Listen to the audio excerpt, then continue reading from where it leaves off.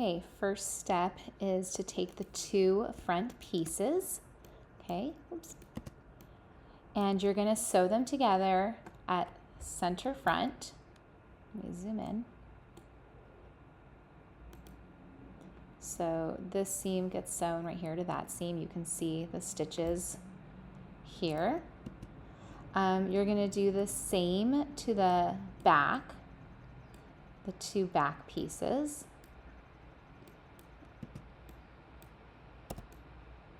Right? So it's going to be sewing the center back together as well. Okay, after you have the front and the center back sewn together, then you can sew them together at the side seams, which is going to be this side seam, right, over to this side seam. This is the sleeve. Let's get them out of the way. There you go. You can see how these two blue lines are connected. The two side seams are going to be together. Same with on the other side as well. Okay. Once the body's good, then you're ready to sew the sleeve. And how you want to first sew the sleeve is to sew the underarm part of the sleeve. So that's going to be this underarm line to itself, kind of making a little tube. Not sure if I can easily pull that apart. It's gonna let me, probably not. So you sew basically this line to this line to make a tube. Then you want to look for these notches, and the side that has one notch gets sewn to the front, and the side that has two notches gets sewn to the back. So you can kind of see that here. These guys around. So, yeah, I'm going to click on the sleeve here. So this is the front, and he's getting sewn to the front at the curve. See these little like J shapes.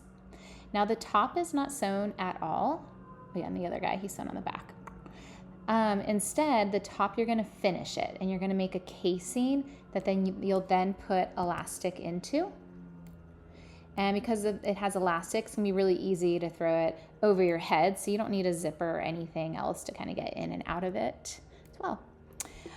For a little fun, you can jag the edges of the sleeves if you want. If you think that looks cool, you can just get some scissors and do that. I'm going to grab it right now and just say cut. You could do that also on the hem as well if you want to add a little something.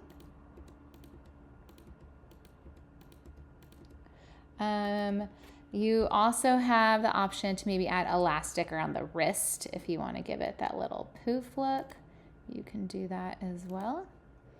The elastic, I'm going to hit spacebar. The elastic I used is basically like 11.5 inches long. And I kind of got that look, but you can always just put it on your wrist to feel like what's comfortable. Yeah, okay. Now to sew the pant. I'm gonna go ahead and hide these guys.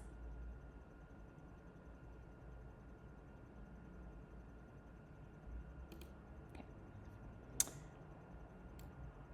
Oh, also, at the bottom of the top, if you want it to bell out more, I put in some kind of stiffener. You can put in like a wire you get from like the garden store or some boning. But I just put in something just kind of make it a little bit more stiff. I was trying to get it to kind of A-frame out. I thought that would look kind of cool, but that's optional. Okay, the pant. So this is what the pant looks like. You'll cut two. I have one in this like diamond fabric and another one that's just solid. And the first step is that you're gonna sew the little leg tunnel.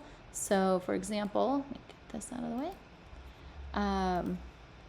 I'm sewing this inner leg over here to this inner leg. And I like to sew, of course, right sides together. I did the same on the back pant. Then once the legs are good, you can actually, you have your two tubes, you can actually put one tube inside the other two, right sides together, and then sew the rise at the same time. So you'd sew the front rise, and because they're in the tube, you'd continue sewing until you got the back rise as well. So let's look at that guy. So again, spacebar, let's see. So here you can see the rises are sewn together as well. And then of course the top, I also made a casing, so you should have some extra seam allowance there to fold it over, put in some elastic, and then at the bottom I sewed in some elastic as well. I just sewed it on the back side. I pull the elastic straight, or like I hold it really stretched out while I put it in the sewing machine, and then after it gets out of the sewing machine it shrinks back to its original size.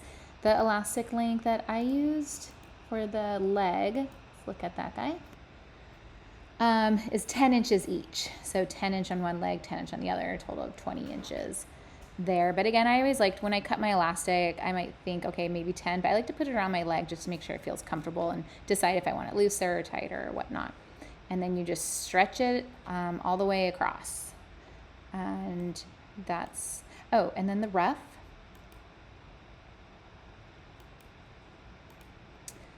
Our little collar guy here. Okay, once it's all cut out, I believe your pattern, you just cut the fold so it's really long. You have some options. If you have like an organza fabric like that doesn't fray, or a fabric that does fray because you want it to look creepy, you can just cut one out and just leave the raw edges. But if you want clean edges, you do need to cut two and sew them together and flip it out. And then in the middle, make a little casing to insert your elastic to. And I have the casing a little bit higher than halfway because I think it looks good if when it folds over, one of the ruffs is shorter than the other one. And then with this casing, your ties would come out and you would tie it around the back of your neck. So that's how you can get in and out of it as well. So you're not sewing this seam. You don't need to sew it to this one. That I would actually be left open so that you could tie the thing around your neck. That's a quick little video tutorial. Good luck.